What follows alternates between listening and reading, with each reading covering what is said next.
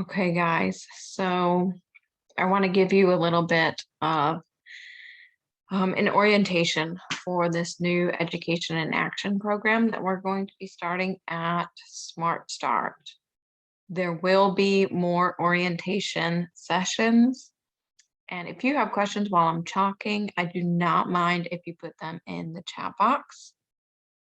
Additionally, I will leave time for questions at the end. If we will have more of these. So if you want to attend the next one, just pop in towards the end and ask a question. You are welcome to. You don't have to register for these. Just show up and ask your questions. We want as many people as possible to participate in this new program.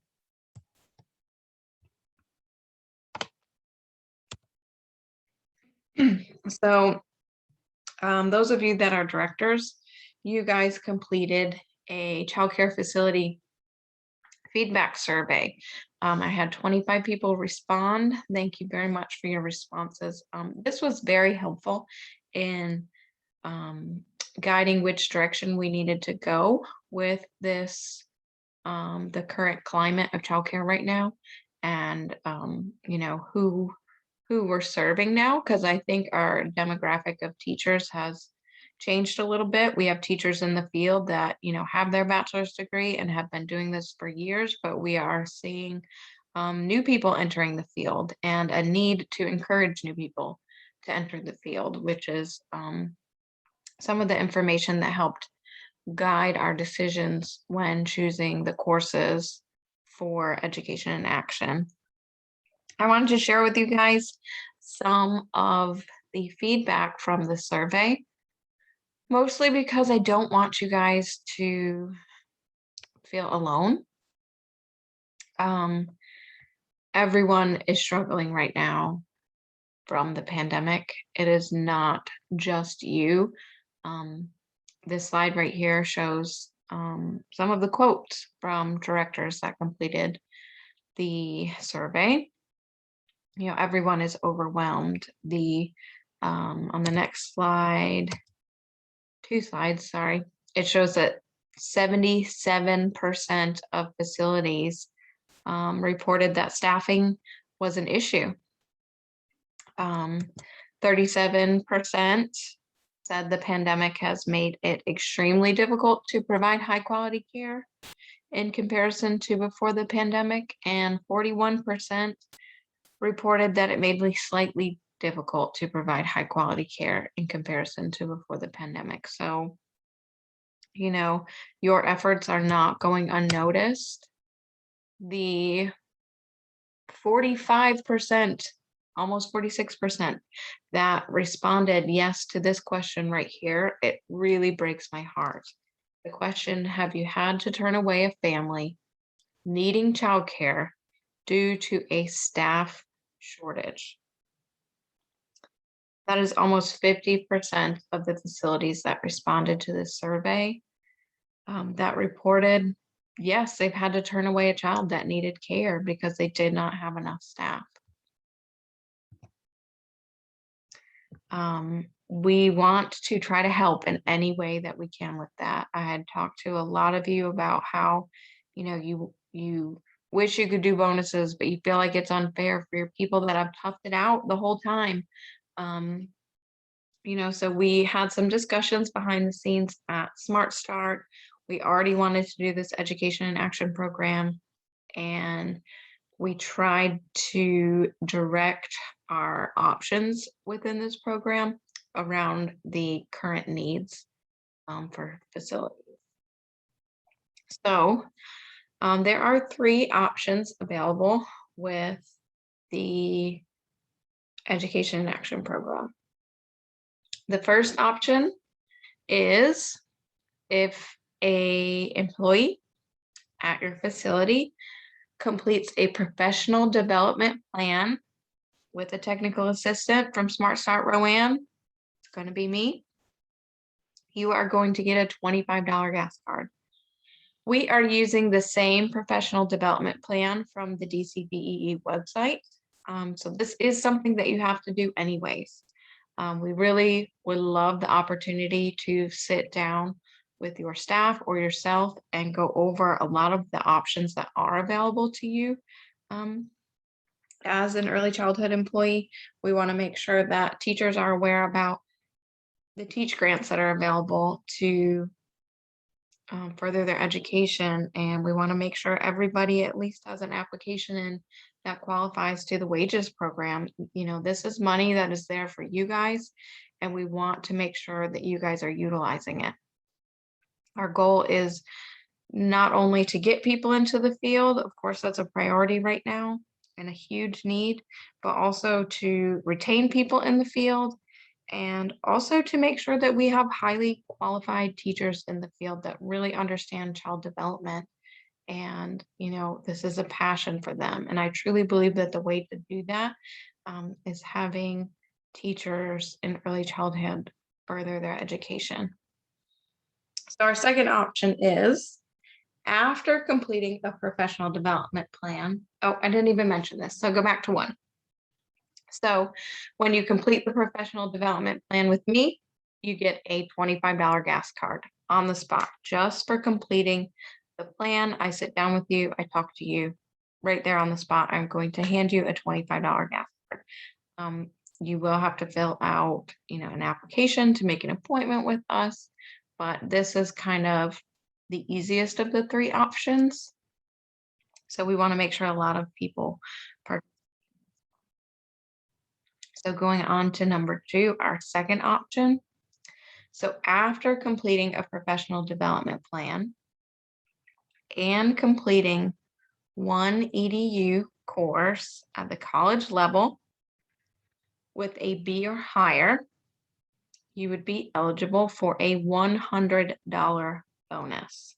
So this means if you're already planning on furthering your education, you complete a professional development plan with me, and you go ahead and take those classes. If you finish that EDU class with a B or higher, you will get a $100 bonus. We do want to encourage those people that maybe have just a few classes left before getting their degree to kind of just go ahead and give them that push to finish it. We know $100 doesn't cover the full cost of the class, but with technical assistance and the professional development plan, I can go over in detail some of the options that are available to help you fund being enrolled and covering that tuition payment, because there are, pretty generous options out there. The Teach Scholarship has actually added on an option where teachers do not have to sign a commitment bonus to their facility anymore. Of course, I'm always going to promote that continuity of care and the other options that Teach has, where the teachers do commit to X number of months or a year after their graduation date staying at their facility that supported them. But we understand that it sometimes makes people nervous that they are, taking away their options to leave if something better comes available. And there is an option now through Teach Childcare Resources where you do not have to sign that commitment. It pays a little bit less towards your tuition than if you were to sign a contract to stay, but it is still an option for you so that you can leave that window of opportunity open if you so choose. Option number 3. This is the one that we really chose to meet the current needs of facilities in Rowan County right now. So option 3, after you create a professional development plan, you commit to enrolling in EDU 119, that first credentials course that you need to be qualified as a teacher. You have to enroll in this class at RCCC. And the reason for this is that part of option 3 is you have to have some ongoing technical assistance that has to do specifically with the coursework that you're learning. I am going to work collaboratively with the professor of this class, just to help with homework assignments. Maybe if you're doing a lesson plan as part of the coursework requirement, we can practice implementing this lesson plan in the classroom. We want you guys to be able to take what you learn in these college classrooms and actually implement it with the children you're serving. So that would be on-site or virtual, depending on the need at the time. Um, One of your professional development goals at that point would be to create a goal that is around what you're learning in class. So it could be, for example, I am going to implement from the North Carolina Foundations for Early Learning handbook, some physical development into every day of my lesson plan and implement it. So I would help with maybe reviewing some lesson plans that you come up with and then help you implement them in the classroom, maybe give you some guidance on something that's developmentally appropriate for the age group you work with. And once you have mastered the skill of adding that onto your lesson plan and implementing it on your own, you have met that goal. Once you complete the class with a B or higher again, for this option, you actually get a $200 bonus. This bonus is the highest, and it's because I know a lot of new people are coming into the field that may not have this EDU 119, and we want to go ahead and help get them started and encourage them to go ahead and enroll in some college courses and start working towards a degree in the field. So there are going to be some requirements for enrolling in the EIA program, Education in Action. So you are going to have to complete a full application. No matter which option you choose, you're going to have to complete an application and submit it to me at Smart Start. The applications will start being accepted Monday, October 4th. We will put them on our website by the end of business day Friday. You will go to the Early Care and Education section of our website and then click on Education in Action. And under that will be an option to download the application.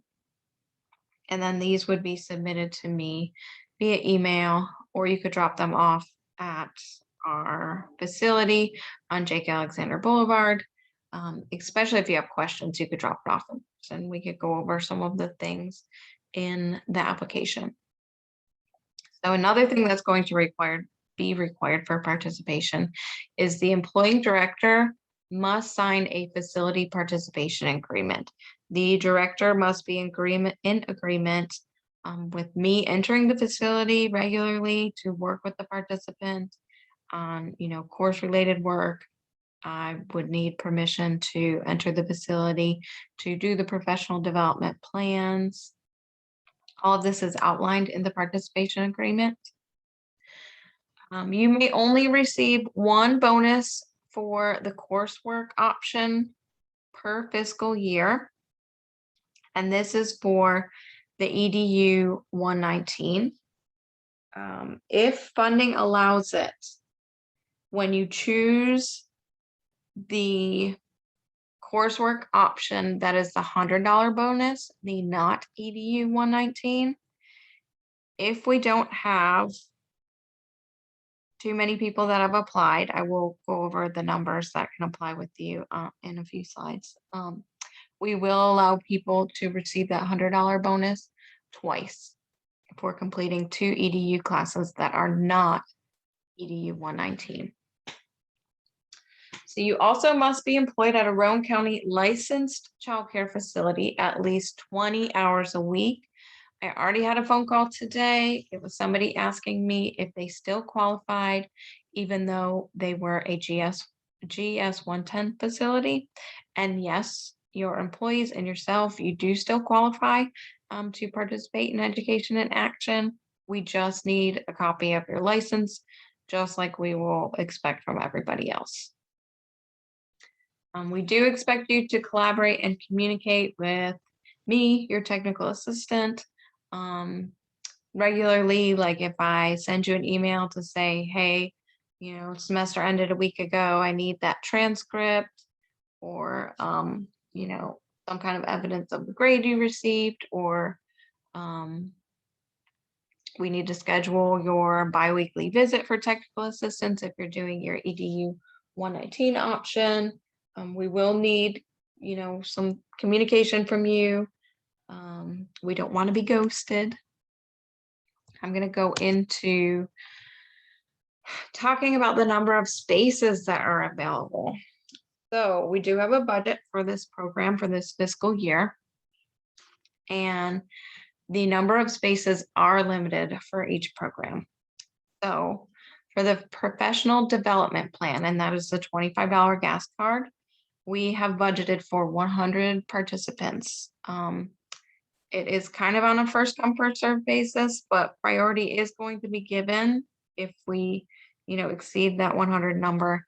We are going to give priority to facilities that need to increase their star rating that aren't already at that 5-star, and then facilities that don't have those 7 quality points when it comes to education.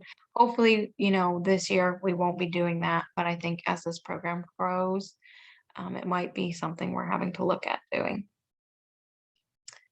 So if you are doing option 2, which is any EDU course towards a bachelor's or an associate's degree after the professional development plan is complete, we are limited to 30 participants.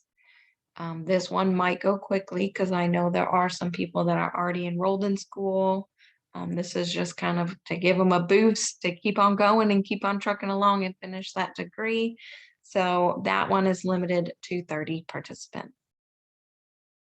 Participants that enroll in EDU 119 and successfully complete the course with a B or higher and agree to participate with me for the ongoing course-related technical assistance and complete one course-related goal. That is the $200 bonus, and we are limited to 15 participants for that one. So that would be 15 people that do not have their credentials yet that would be eligible for this one. And of course, that's not a lot of spots. So we will have to give priority to those schools that have the greatest need.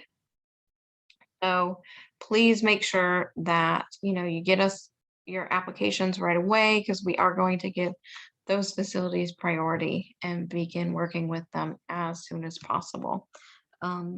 Rowan Cabarrus Community College, they do have a mini-mester for this course that is beginning October 18th. And I do believe if we get started right now and start working on applications for the college and maybe try to get FAFSA in and get a teach scholarship application in, we may be able to get you or one of your employees into this class even by the 18th. And the mini masters are, the coursework goes a little bit faster, but I really like these as a college student. They're just 8 weeks long. For me, when I did 16 weeks for a semester, I would kind of have all this momentum in the beginning, and then my momentum would kind of die out in the middle, and then you kind of get amped back up towards the end because you could see the finish line. When it came to mini masters for me, I felt like that finish line was right around the corner the whole time. And I really enjoyed these because it did make the classes go faster, and you just felt like you were closer to that goal faster. Before I let you guys go and start talking about questions, I did want to talk just a little bit about something we're doing November 3rd through November 7th in downtown Salisbury. We want you to submit as directors, not as teachers, um, pictures of every employee in your facility. And we are going to do a COVID warrior walk where we post pictures of childcare employees to honor them all down Main Street and down Innis Street at some of these businesses. They will be on display from Wednesday to Sunday. We want to do something to publicly thank you guys for all of the really hard work that you've done during this pandemic. Every business that I've spoken with was so excited to work with us and do something to honor early child care facilities. We want you guys to be able to, take an evening, take a nice stroll down Main Street and try to find your face plastered on one of these window front doors down Main Street just to honor you guys and give you guys a little bit of public recognition, which you guys all so much deserve. You guys don't get it enough. You really, really deserve all the thanks and recognition we could. So I am going to open the floor for questions. We will do a little Q&A session right now. And if you have a question that I don't necessarily have the answer to right now, we do have another one of these sessions tomorrow. I did record today's session so that I can share it with people that might not be able to attend tonight or tomorrow. I know it was kind of short notice. We will have more of these for question and answer as interest in this program grows. We will probably be requiring an orientation before you start in this because I've already gotten several phone calls that needed an explanation of the program. And it's just a lot easier if you guys were here for the session. Thank you guys that did come. Make sure you tell your coworkers about it, somebody working at another facility, your friends. We want to make sure that we, get every single one of these spaces available for this program filled. We really want to increase opportunities for you guys as early educators. And we are so excited to be able to give a little bit back to you guys for all the hard work that you're doing.